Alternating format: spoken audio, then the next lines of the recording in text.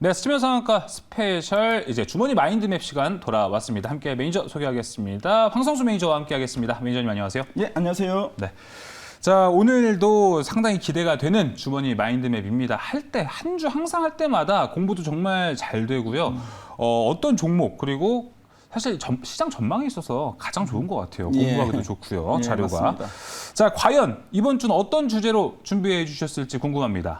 네, 앞에서 제가 다음 주, 9회조 다음 주에서 말씀했지만 일단 뭐 다음 주에는 잭슨홀 미팅도 있고 그렇죠. 그동안 또 시장이 6월 말 7월 초부터 또 어느 정도 좀 반등세를 보였기 때문에 네. 조금 좀 쉬어가는 한 주가 되지 않을까 이런 좀 전망도 나오는데요. 시장이 불안해요, 사실. 이제 예. 나스닥하고 S&P 500 선물 보면은 1%대 빠지고 있거든요, 지금. 예, 그래서 다음 주 시장 변동성이 지금 상대이기 때문에 네.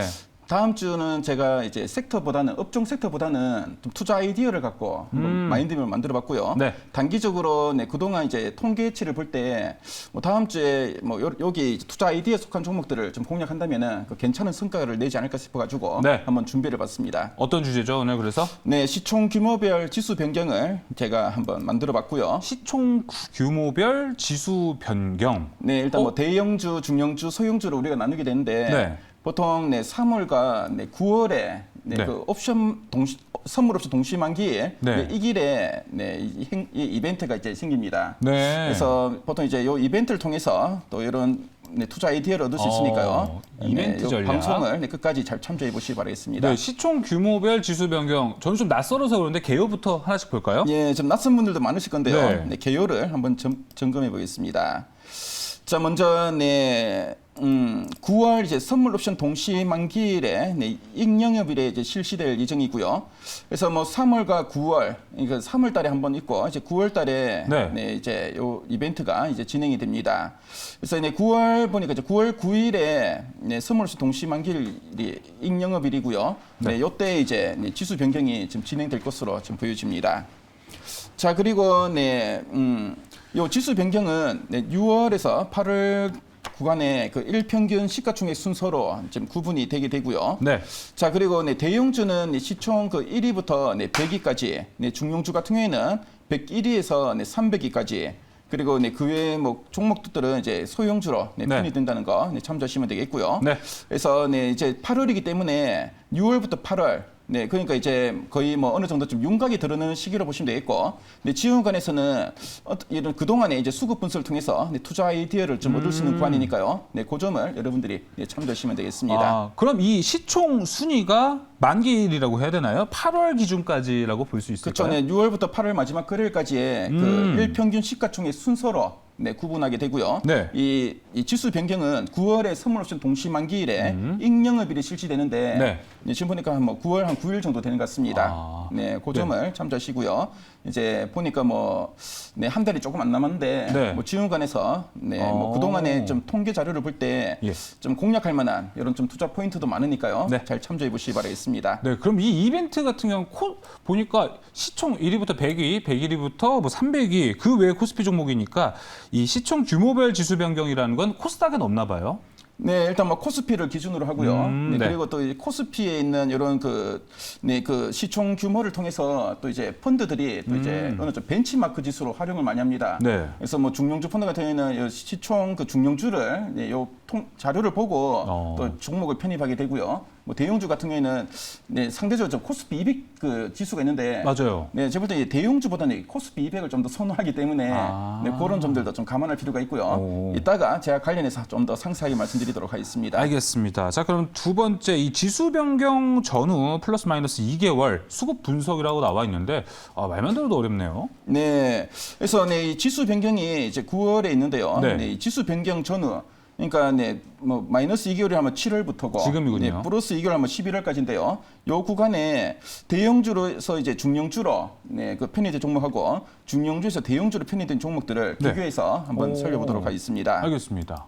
자, 먼저 이제 대형주에서 중형주로 되었다. 상당히 좀 아쉬운 부분이 많은데요.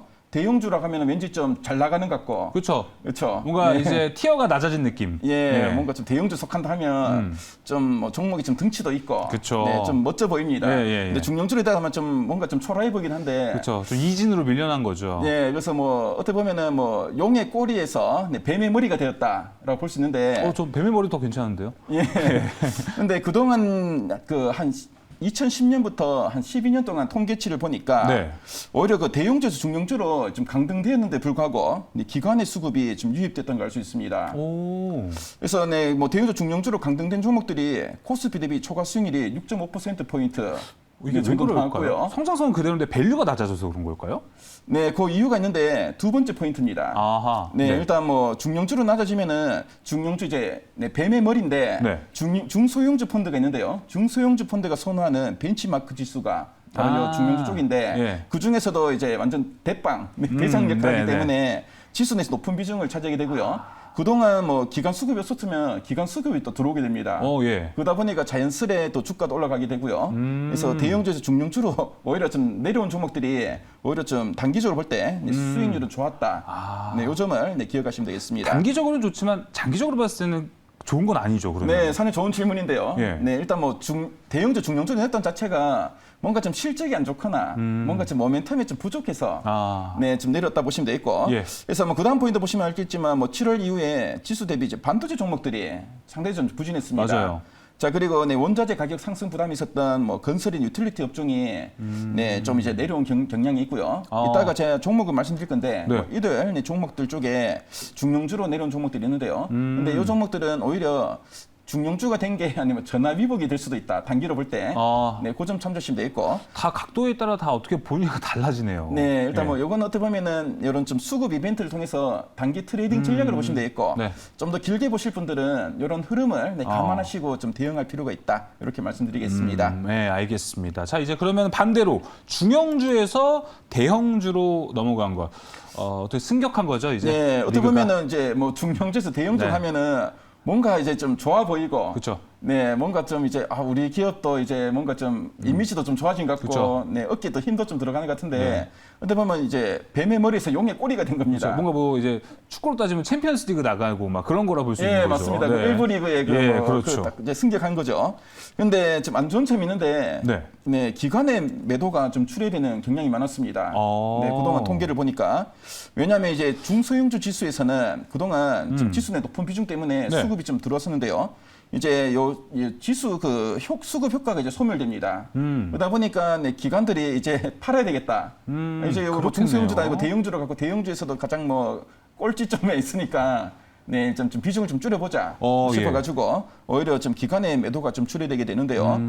자, 그래서 이제 대형주 펀드로 이제 네, 좀 들어가면 되지 않을까 싶은데 대형주 펀드는 또 이제 코스피 200을 주로 추종하게 되고요. 코스피 200은 언제 또 이제 요게 지수가 변경되냐면은 네, 그 6월과 12월입니다. 그래서 일단 뭐 지금 대형주로 편입된 종목들이 1위부터 100이기 때문에 코스피 200 종목 안에 들어가지 않을까 이런 생각도 할 수 있는데요. 맞아요. 근데 지금 뭐 보면 9월에 들어가더라도 12월 달에 지수 변경할 때까지는 코스피 200에는 편입되려면 좀 석 달 정도 시간이 남았습니다. 그렇군요. 네, 그러다 보니까 그 기간 중에는 일단 기간의 매물이 좀 출회될 수가 있고요. 그래서 상대적으로 좀 불리한 위치에 네. 있다. 일단 뭐 그러네요. 대형주 되었다는 건 뭔가 실적도 잘 나오고 예. 뭔가 좀 성장 재료도 있고 좀 좋은 그런 부분도 있는데 수급적으로는 단기로 좀 매물이 좀 출회될 수 있는 부분이다. 이렇게 보시면 되겠습니다. 올라간 건 좋지만 현실적인 벽이 좀 높구나 이런 예, 생각이 딱 드네요. 네, 맞습니다. 근데 코스피 200만 된다면 장기적으로 봤을 때 이제 패시브 자금이 들어오기 때문에 예. 더없이 큰 호재가 되겠네요. 그래서 이따가 제 투자 전략에서도 네. 언급해 드리겠지만 오히려 뭐 중량주, 대형주 종목들은 이때 좀 밀렸을 때가 그러니까요. 이 종목 사고 싶었는데 좀 밀리네 싶으면 네, 매수할 수 있는 기회가 되기도 합니다. 네. 투자 전략 빨리 봐야 될 것 같아요. 네, 그래서 투자 전략이 상당히 중요한데요. 투자 전략을 한번 네, 점검해 보겠습니다. 그래서 네, 이렇게 제가 네, 대형주, 중량주 간 종목 먼저 한번 살펴볼 건데요. 네. 대형주, 중량주 간 종목을 언제 매수하면 좋은가? 그쵸. 네, 보니까 한 달 전에 매수했을 때, 한 20거래일 전에 매수했을 때 예. 보니까 평균적으로 한 4.8%의 초과 수익률을 기록했습니다.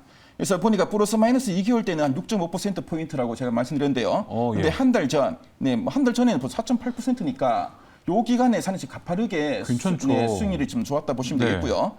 네, 요 기간에 왜 좋았냐 보니까 이제 평가 기간이 저 위에 보면은 이제 6월부터 8월입니다. 네. 그래서 평가 기간이 후반부로 넘어가는 시점이기 때문에 어느 정도 이제 중용주 예상 편입 종목이 가시화가 되고요. 네. 네, 그러다 보니까 요 뭐 중용주로 이제 편입되면은 아무래도 이제 기간 수급이 들어오겠다 싶어가지고 또 단기로 좀 들어온 자금도 있습니다. 그렇기 때문에 한 달 전에 매수 전략이 상당히 좀 효율적이다. 이렇게 네, 정리하시면 되겠습니다. 와, 단기간에 매수가 확 많이 들어와서 그 시총 그 범위 안에 못 들어가면 어떻게 되는 거죠? 예를 들어서 뭐 네, 중형주가 이제 뭐 대형 예를 들어서 많이 들어와서 뭐 다른 리그로 가버리는 거죠. 예, 대형 그런 주가거나. 가능성도 있으니까 항상 좀 체크할 필요가 조심하- 있고요. 예. 그래서 이런 그 투자 전략을 항상 좀 이제 계기로 이제 투자하시는 분들은 소량으로 들어가는 게 필요하겠네요. 예, 너무 큰 비중보다는 항상 좀 변동성을 좀 감하셔야 될 것 같고요. 네. 그리고 이 종목에 뭐 좀 뭔가 좀 악재나 이런 게 좀 이상되고 뭐 그러면은 모르겠는데 갑자기 뭐 튈만한 요소가 있다. 네, 그러면은 그렇죠. 좀 조심할 필요도 있다. 그러네요, 네, 진짜. 그렇게 보시면 되겠습니다. 예. 자, 그리고 또 하나 볼까요? 자, 그리고 이제 매도는 언제 하면 좋냐면은 네. 이 정기 변경일 당일에 매도하는 전략이 상당히 좀 유효합니다. 그래서 보통 이제 뉴스가 나올 때 8월이라는 말이 있는데요. 그래서 일단 단기 차익을 노리고 진입한 그런 물량들이 이런 이제 정기 변경일에 이제 네. 착정이 되고 바로 이제 좀 매도로 좀 많이 좀 이제 출회가 되고요. 네. 그래서 일단 정기 변경일에 매도하는 게 좀 더 좀 유리하다. 그동안 뭐 일정한 패턴은 보이지 않았고 오른 경우도 있었습니다. 네. 오르긴 하지만 가장 안전한 방법은 변경일에 좀 비중을 줄이는 전략이라는 거 참조하시면 되겠습니다. 정기 변경일은 9월 1일, 9월 달 넘어가는 시점으로 네, 선물로선 동시만기일의 익영업일입니다. 아, 그때로 보면 되겠군요. 그러니까 선물로선 알겠습니다. 동시만기일은 두 번째 목요일이고요. 네. 두 번째 목요일에 익영업일이니까 네, 그 점을 네, 참조하시면 되겠습니다. 예, 알겠습니다. 자, 반면에 그럼 이제 중형주에서 대형주로 넘어가는 경우도 한번 살펴볼게요. 네, 이제 중용주 대형주로 되었다. 뭔가 이제 계급이 좀 올라간 것 같고 좀 그렇죠. 좋아 보이는데요. 네, 일단 변경일 전에 분할 매수 전략이 유효합니다. 네. 앞에서 말씀드렸지만 일단 네, 뭐 중용주 대형주 되면 기간에 매물이 나오기 때문에 오히려 네, 요 기간에는 좀 기간 매물로 해서 주가가 조금 이제 조정이 나올 가능성도 있고요. 예. 조정이 나오지만 네, 일단 뭐 중용주 대형주 됐다는 자체가 뭐 실적이 어느 정도 성장하는 구간이고 그리고 뭔가 좀 성장 재료가 있는 종목 같은 경우에는 네, 추가로 좀 더 올라가는 가능성이 있고요. 그동안에 이제 통계 자료를 보니까 이들 종목들이 상당히 좀 좋은 성과를 또 보였습니다. 네. 그래서 뭐 단기로는 약간 좀 빠질 수 있지만 중장기로는 결국에는 주가라는 거는 실적이 수렴하게 되고 네. 실적이 계속 성장하는 좀 뭔가 이제 오. 실적과 성장 모멘텀이 중요하게 바로 지속되는 겁니다. 그래서 뭐 상반기에만 실적이 좋고 하반기 실적 안 좋은 종목들은 모르겠는데 네. 상반기 좋고 하반기도 좋고 계속 이렇게 지속성이 있는 종목들은 선별적으로 접근해가지고 예. 오히려 빠졌을 때가 좀 기회가 될 수 있다. 이렇게 네, 보시면 되겠습니다. 알겠습니다. 자, 그러면 밑에 또 있네요. 이제 소형주에서 중형주로 올라간 경우. 네. 이 경우도 뭐가 있을까요, 좀? 그래서 뭐 소형주에서 중형주 된 것도 왠지 좀 좋아 보이긴 한데 좋긴 하죠. 네, 그동안의 통계치를 보니까 좀 오르긴 했는데 좀 이제 밋밋하게 올랐습니다. 올랐는데 결국에는 또 중용주 됐다는 자체가 뭔가 좀 차별화되는 그런 뭐 재료나 이런 성장 포인트이다 보시면 되겠고요. 네. 그렇기 때문에 이런 종목들도 위에 중용주, 대형주 된 것처럼 선별적인 접근이 좀 유효하다. 이렇게 보시면 되겠습니다. 그러네요. 그 소형주에서 중형주로 올라간 것도 생각해보면 그 앞서서 말씀해 주셨던 중소형주 펀드가 선호하는 벤치마크 지수가 있다고 말씀하셔가지고 그 벤치마크에서도 가장 하위권에 속하다 보니 그렇죠. 아무래도 소형주, 중형주 넘어가는 구간도 근데 소형주에서 단기간에. 중용주 되면은 대형주에서 중용주로 내려온 종목보다는 비중이 좀 적습니다. 예.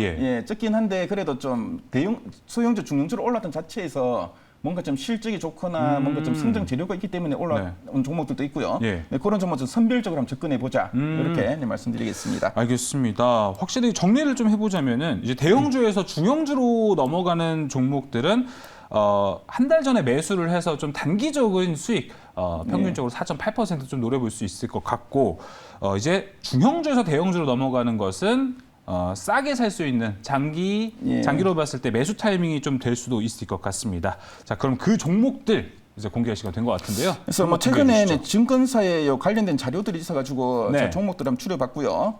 그래서 먼저 이제 관심이 있을 만한 부분이 바로 대형주, 중형주 쪽인데 하나하나씩 볼까요? 네, 요 종목들 5종목인데 한번 살펴보겠습니다.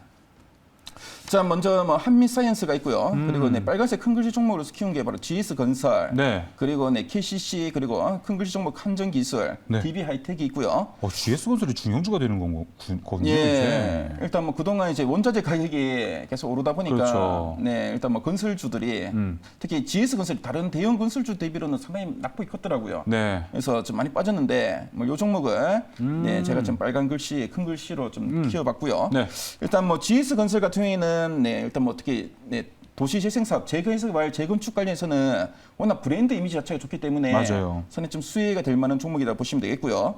자, 이번에 네, 270만 원 뭐 주택 공급 계획이 좀 발표됐는데 네, 일단 뭐 앞으로 이제 좀 구체화된 계획들이 지금 발표될 때 그동안 좀 할인됐던 요소들이 있습니다. 뭐 원자재 가격 때문이라든가 이제 금리 상승인가 뭐 이런 게 주가 좀 반영되었다가 네. 최근에 좀 반등이 나왔고요. 이런 할인 요소들이 구체화된 계획들이 나오는 구간에서는 점차 좀 희석되지 않을까 보여지고요. 네. 그리고 네, GS건설 같은 경우에도 네, 대형 건설주다 보니까 해외 비중이 높습니다. 네옴시티 관련주에도 들어가잖아요. 요새. 네, 그렇습니다. 이제 뭐 11월에 뭐 사우디의 그 왕세자가 뭐 이제 윤석열 대통령 만나기로 하고 맞아요. 또 이제 네옴시티 관련된 뭐 이야기 나오면은 좀 이런 모멘텀도 받을 수가 있고요. 그래서 뭐 그런 점들이 있기 때문에 뭐 요 종목 일단 뭐 지금 중용주로 편입이 되면은 중용주 내에서도 가장 뭐 좀 대장 역할을 하지 않을까 보여지고요. 예. 아무래도 좀 기관 수급이 좀 들어올 수 있는 부분이 많고 네. 최근에 수급을 보면은 외국인 수급이 좀 들어오는데 기관 매물이 좀 들어왔는데요. 앞으로 요 지수 변경이 들어오면은 기관 수급이 다시 좀 덧붙여지면서 네, 좀 긍정적으로 보시면 되겠습니다. 알겠습니다. 두꺼운 글씨가 하나 더 있네요. 한전 기술도 봐야 될 것 같은데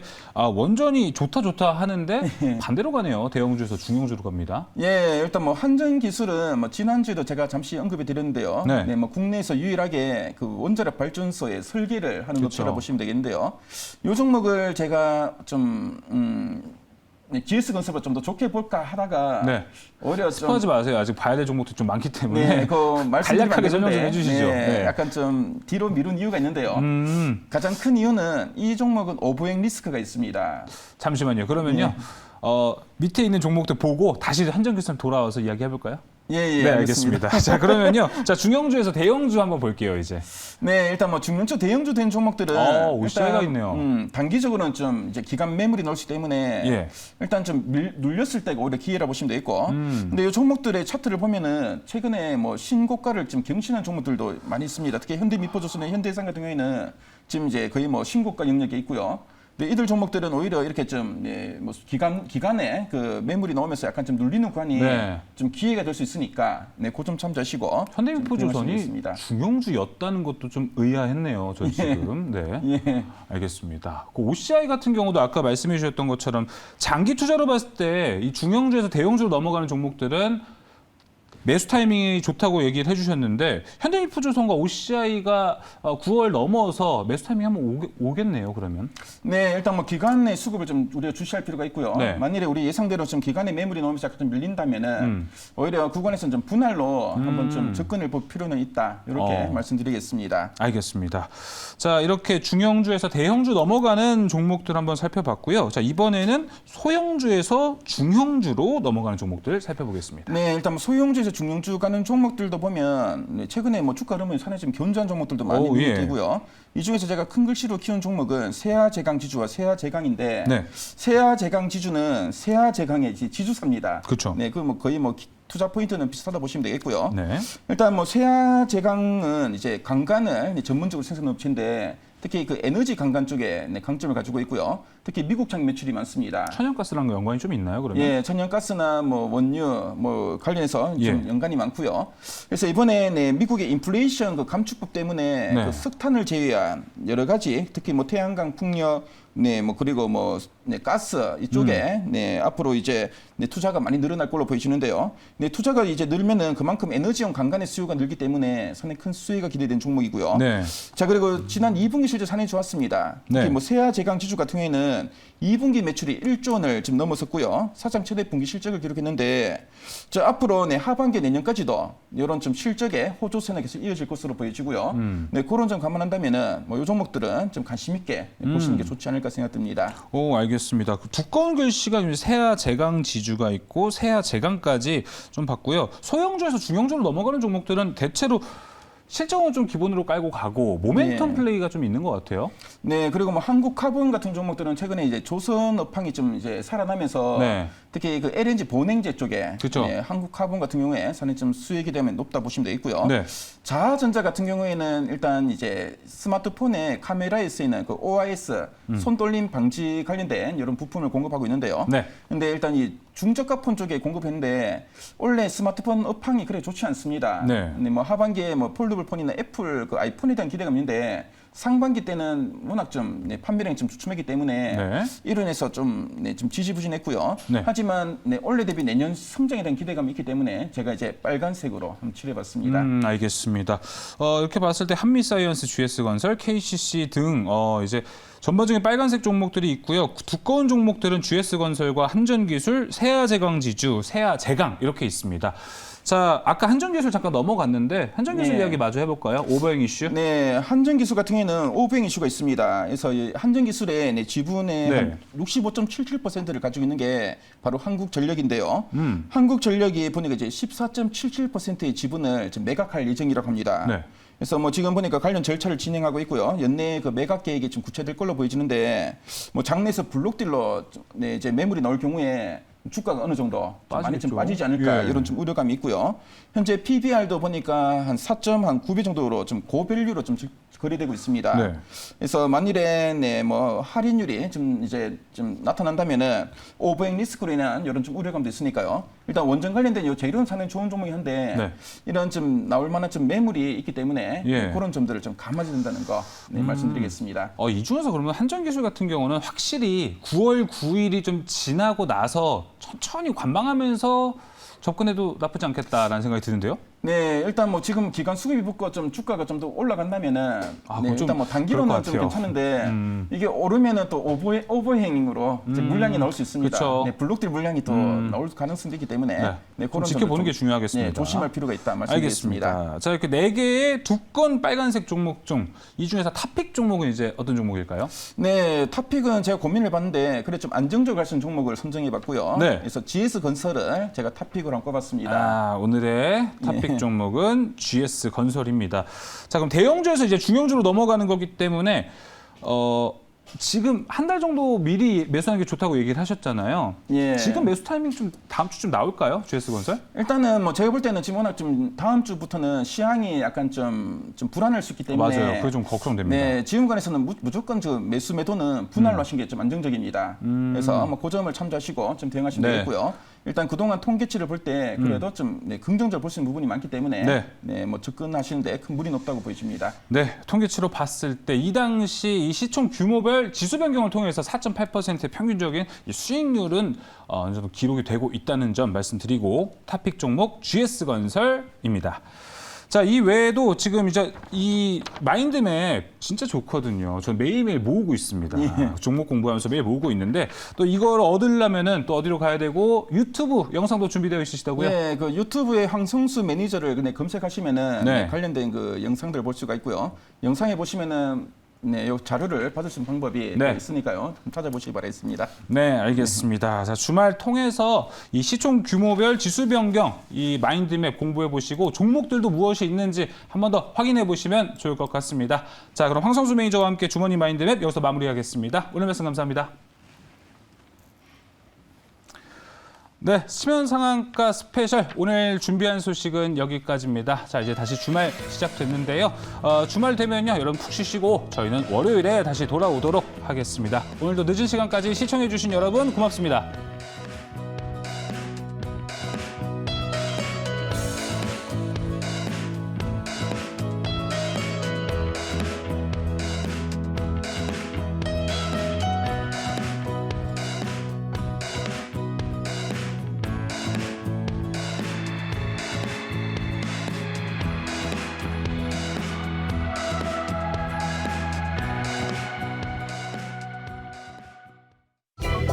본 방송은 투자 판단을 위한 조언일 뿐 투자 결정과 결과에 대한 책임은 투자자 개개인에게 있음을 알려드립니다.